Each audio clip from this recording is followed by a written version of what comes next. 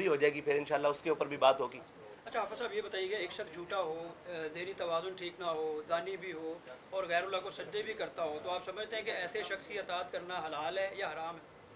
मजहबी point of view से क्या कहते हैं? मजहबी पॉइंट ऑफ व्यू से ये जो सारे इल्ज़ाम लगाए हैं, ये जब साबित हो जाए तो फिर तो हलाल नहीं है, लेकिन जब तक साबित ना हो और जब तक उसका मौक़िफ़ ना सुना जाए उस वक्त तो नहीं कहा जा सकता ना कि ये तो उसके ऊपर सरासर इल्ज़ाम है। भाई अगर आप इमरान की बात कर रहे हैं तो इमरान के ऊपर और बहुत सारे जुर्म हैं जिनका आप नाम लें। उसमें सबसे बड़ा जुर्म यह है कि उसने आसिया मसीह को इन कोर्टों के ज़रिए रिहा करवा के फ्रांस में जाकर प्रेस कॉन्फ्रेंसें की हैं। उसने उस शाकान पर लब्बैक या रसूलल्लाह कहते हुए अपने दौर में 53 लोगों को शहीद करवाया है। उसने बहुत सारे ऐसे काम किए हैं। उसने करतारपुर की राहदारी कादियानियों के लिए खोली है। ये बहुत लंबा केस है, आप उसके बुनियादी उसके ऊपर आए जिसके ऊपर उसने काम किया है। ये तो उसके ज़ाती मामलात है ना, ज़ाती मामलात के ऊपर हम गुफ्तगू नहीं गरीबों की पार्टी है। मैं ये कहना हूँ, आपने महंगाई के हवाले से, पेट्रोलियम के हवाले से सारा काम किया।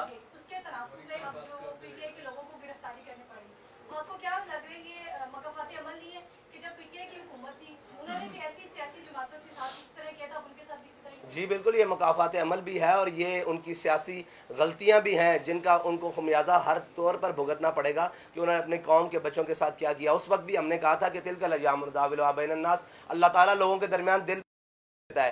जिस चीज़ का जिस बात का इल्ज़ाम उन्होंने हम पर लगाया, ये फ़ौज मुखालिफ है, ये रियासत मुखालिफ है, ये अमेरिका से फंडिंग ले रहे हैं, वो कौन सा इल्ज़ाम बचा है जो इनके ऊपर नहीं आ रहा। तो इक़्तिदार में रहने वालों को आज भी हम जो इक़्तिदार में उनको भी कह रहे हैं कि भाई आप भी ख्याल से चलो, कल ये दिन आपके ऊपर भी आ सकते हैं। हम तो 5 मरतबा भुगत चुके हैं।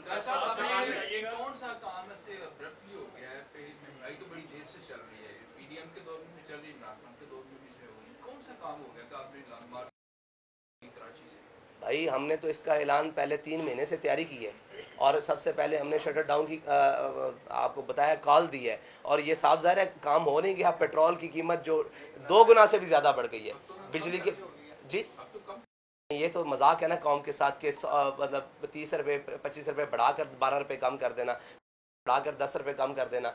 12 फरवरी को जब हमने ऐलान किया था उस वक्त पेट्रोल की कीमत 249 रुपये थी, आज 270 रुपये है। आप ये देखें, ये कौम के साथ मजाक है। और इसी तरह डीजल की कीमत उस वक्त आज से 10 या 15 रुपये कम थी, जो इन्होंने बैक वक्त 30 रुपये कम किया है। तो ये तो कौम के साथ मजाक है कि कोई एहतजाज के लिए निकले तो आप फ़ौरन 10 रुपये 5 रुपये कम कर दें और जब कोई ना बोले तो आप 15-20 रुपये बढ़ा दें। अच्छा हाफिज़ साहब ये बताइएगा, कौम की बेटियों को तो सड़कों पर लाया जा रहा है जबकि खुद अपनी जो पर्दों में अदालत में लाया जाता है, इस पे ये तो कौम को सोचना चाहिए ना, ये कौम को सोचना चाहिए कि उनकी सवाल राइट है। सवाल मेरा राइट है, सवाल ये बताइएगा सर, इस पे क्या कहते हैं आप? पुराने जो दौर था पीटीआई का, उस दौर में हमने देखा फ्रांस में वाकई पे बड़ा धरना दिया गया, उसके बाद वाकई हुए, इंडिया में वाकई हुआ और इधर भी वाकई हुआ, स्विट्जरलैंड में वाकई, उस तरह धरने नहीं दिए गए, उसमें सिर्फ प्रेस रिलीज तक जो है ना आप लोगों ने वो जारी की। तो क्या वजूहत थी कि उस वक्त उस तरह की जो है वो मुज़ाहमत नहीं की गई? इसकी मैं कि फ़्रांस के ख़िलाफ़ हमारा एहतजाज इसलिए था और उसके सफ़ीर की मुल्क बदरी इसलिए था कि वो वहाँ गुस्ताखी रियासती सतह पर हुई है, रियासती सतह पर हुई है। और ये शायद आपने नहीं सुना कि उसके सदर ने और रियासत ने उसकी हिमायत की थी, इसलिए उनके सफ़ीर को इंडिया में जो गुस्ताखी हुई है वो ज़ाती तौर पर हुई है, उसके खिलाफ हमने एहतजाज भरपूर रिकॉर्ड किया है। और कल भी कोई खुदा न खास्ता रियासती सतह पर अल्लाह ना करे कोई इसकी हिमायत करता है तो हमारा मुतालबा फिर वही होगा कि उसके सफ़ीर को मुल्क बदर किया जाए। उसके लिए जो भी कुर्बानी देनी पड़ी इंशाल्लाह देंगे।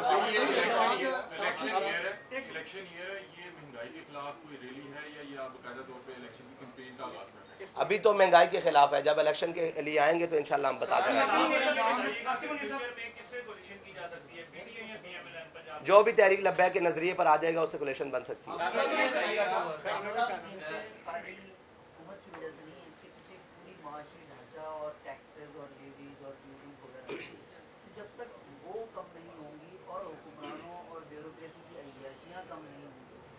आपसे ये एहतजाज बेमाने रहेगा इसलिए कि वो इसी फार्मूले के तहत 5-10 रुपये फिर कम कर देंगे। आपका हदफ वो जालिमाना कवानीन क्यों नहीं है जिसकी वजह से सिर्फ अशराफिया अय्याशी कर रही है और अवाम सड़कों पे और अपने घरों में भूखी मर रही है? आपका टारगेट वो होना चाहिए ना जिससे महंगाई की जड़ ही ख़त्म हो जाए।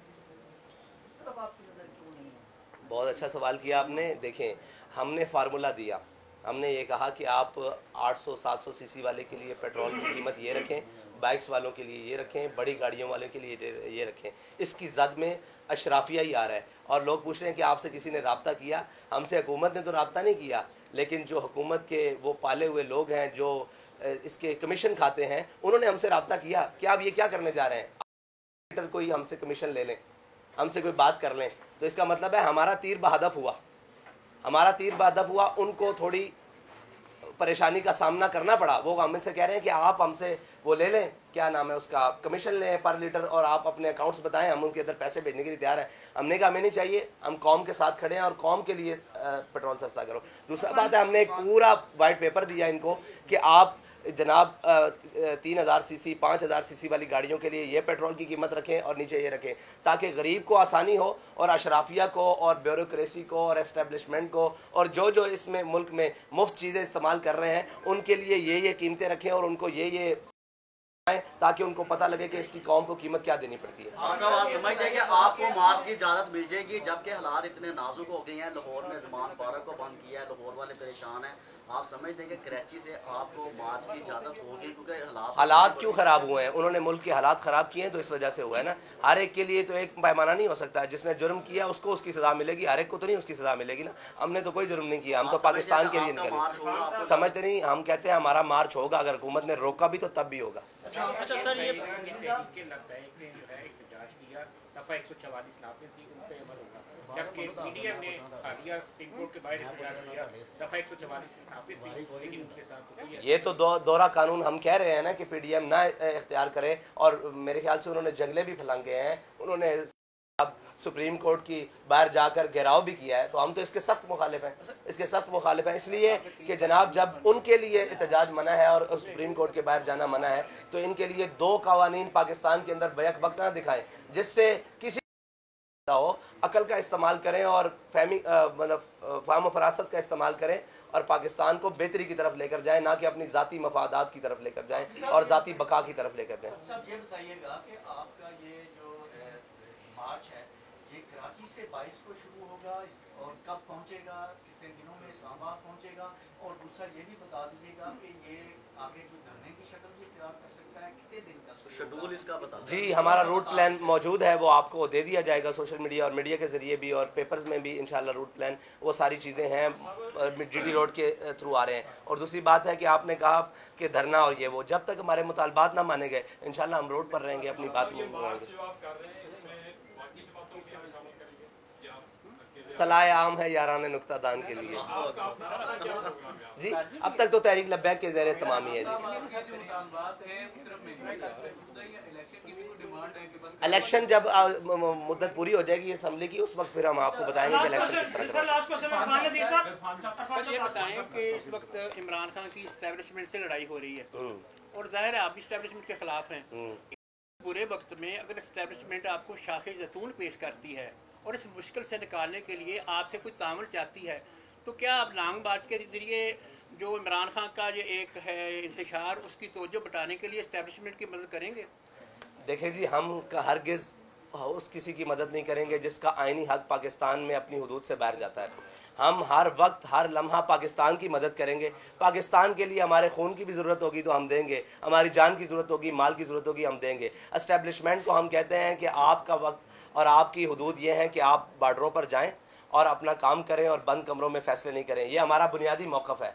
और दूसरी बात रही कि इमरान खान को कहते हैं कि इस पाकिस्तान के ख़िलाफ़ तक ना जाओ कि कल को जिस पाकिस्तान के ख़िलाफ़ तुम इस तरफ जा रहे हो, इसकी बका भी जनाब ख़तरे में चली जाए। तो अपनी सियासत करनी है, अपनी चीज़ें करनी है, अपनी हुदूद में हुदूद को ना फैलाओ, अपने और पराये की तमीज़ को ख़त्म ना करो। अपनी लड़ाई को अगर लड़ना है तो अपने कंधों पर लड़ो, ना कि कौम के बच्चों के इस्तेमाल करके लड़ो। जितनी भी मजहबी जमातें हैं जब भी इलेक्शन कंटेस्ट करती है तो इनका वोट बैंक कभी भी इनके जो कैंडिडेट्स हैं उनको जितवाने में मददगार साबित नहीं होता। उसके कंपैरेटिव साबित होता है कि कोई ना कोई पार्टी हरा दी जाती है जो उसकी कहीं पर एडजस्टमेंट की जाती है। तो आपके साथ खास तौर पर ये मामला है कि आपके कैंडिडेट 10,000 या 11,000 या 12,000 का वोट बैंक लेके दूसरी पार्टी को डैमेज कर रहे हैं और फौज कंसिडर करती है कि जी इनको इस तरह अकोमोडेट किया जाए कि लोग अकोमोडेट हो जाए। तो क्या आप कहीं ना कहीं से अपने आप को एडजस्ट करने के लिए, सिस्टम में आने के लिए क्या आपके पास प्ले किया है, आपके पास माइंड किया है कि किस पार्टी के साथ मिलकर चलेंगे? हम सिस्टम में आने के लिए 100 साल भी मेहनत करनी पड़ी तो इंशाल्लाह करेंगे अपने बुनियादी नज़रिए के ऊपर। और आपने कहा कि अगर वोट, तो वोट को बढ़ाने के लिए इंशाल्लाह नज़रिया कौम के पास पहुँचेगा और इन्हें पता लगेगा कि ये कौम की मुखलिस क़यादत है, तो मजहबी जमातों को वोट डलता है। लेकिन वो लोग जो आलमी इस्टेब्लिशमेंट के मोरे हैं और उनकी मुदाखलत है, वो ये नहीं चाहते कि इस कौम को मुखलिस लीडर मिले और इनकी बात समझने वाले और कौम के अंदर से लोग मिले। बहुत शुक्रिया।